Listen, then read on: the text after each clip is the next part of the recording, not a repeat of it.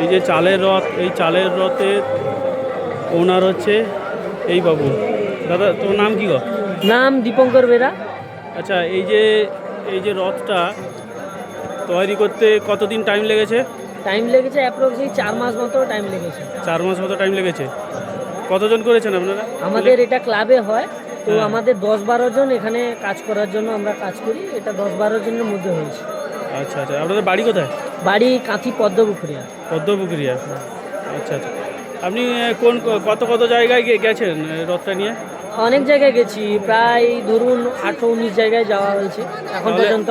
তাহলে আপনার রেশিও কি বলছে, মানে কোথায় কোথায় কীরকম কি ফার্স্ট সেকেন্ড থার্ডের মধ্যে? হ্যাঁ, ফার্স্ট সেকেন্ড এখনো বেশিরভাগ পর্যন্ত 2 জায়গায় সেকেন্ড হয়েছে, আর নাহলে সব জায়গায় ফার্স্ট। আমরা 2-3 জায়গায় ফার্স্ট সেকেন্ড থার্ডের মধ্যে আছি, আর সব জায়গায় প্রায় ফার্স্টের জায়গায় আছি আমরা। ওই যেখানে হয় সেরকম হিসাবে আমাদের প্রতিযোগিতায় খাড়েও যে একটা খাড়েও গিয়েছিলাম, সেখানেও ফার্স্ট, এখানে সব জায়গায় ফার্স্ট। আমাদের গ্রামেও তো ফার্স্ট পুরস্কার নিয়েছে মৈশালীতে। আপনাদের গ্রামে এবং আপনাদের পাশের গ্রামে। হ্যাঁ হ্যাঁ, ঠিক আছে। আর কটা রথ আছে বাকি? আরও 8-10টা আছে। ঠিক আছে, যদি যাই তাহলে দেখা হবে। অবশ্যই। রথটা কত সুন্দর হয়েছে।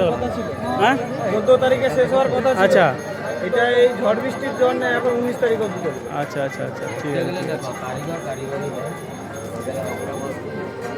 রথটা দেখো কত সুন্দর করেছে। আমাদের গ্রামে প্রথম পুরস্কার নিয়েছে।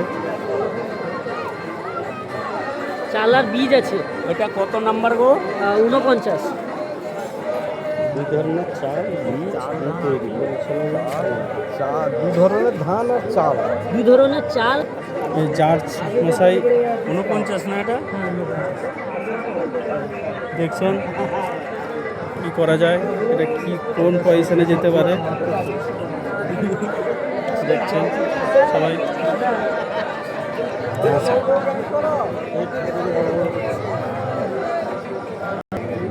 এটা জগন্নাথের দেবতার মন্দির। এ কি রেখেছো এই দুটো মূর্তির সামনে? এটা ওই খোল বাজাচ্ছে কে? একটা মূর্তি। কে? কীর্তনীয়। কীর্তন সম্প্রদায় তো। তার উপরে নরসিংহ মূর্তি করেছে কেন? নারায়ণের সরস্বজ্জা ওটা করেছে কেন? এই জায়গাটা মানে এটা আমাদের পুরীর আদলে মূর্তি মানে মডেলটা তৈরি করা। ঠিক আছে। এবারে যতটা পেরেছি তার মধ্যে আলাদা কিছু দেওয়ার চেষ্টা করছি। এটা সামনে ফাঁকা জায়গা, ওই জন্য আমরা একটা মূর্তি ওইখানে করেছি। আমি বলবো যে এটা জগন্নাথ মহাদেবের মন্দির। বলছে যে পুরীর আদল, এটা পুরীর আদল হয়নি, হয়তো চূড়াটা হয়েছে, ভেতর পোর্শন পুরীর আদল হয়নি। আদল যে গেছে পুরীর আদল খানিকটা আদল করেছে, ঠিক আছে। সেটাই বলছি, মানে পুরোটা তুমি আমাদের করতে হয়েছে। নারায়ণের সরস্বজ্জাটা করেছো কোন কারণে? এটা তো আমার জগন্নাথ দেবের মন্দির।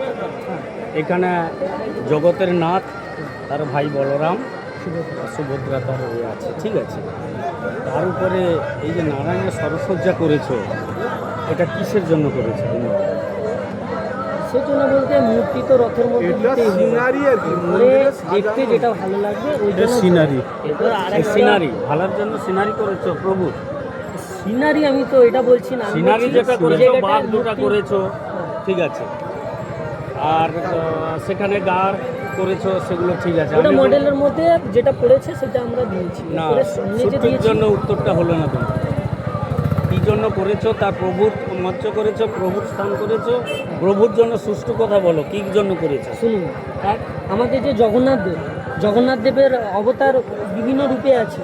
হ্যাঁ, নারায়ণ তো এক জগন্নাথ দেবের রূপ।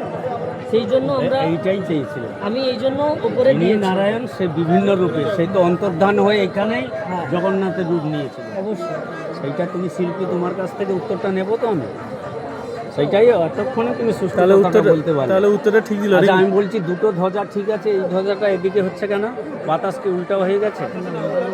টাকা তো এদিকে হয়ে আছে। এটা করে দিতে হবে। আগে সব সময় পরীক্ষা গেলে তোমাকে বলছি না, 4টা জিনিসের উপরে দড়ি, চাকা, তুমি যেখানে যাও দড়ি, চাকা, প্রভুর পুজো অনুষ্ঠান আর এই ধ্বজা। এইটার প্রথম বেশি নাম্বার থাকবে এইটাই। তুমি যত বড় শিল্পী হও, মনে থাকবে তোমার দড়ি।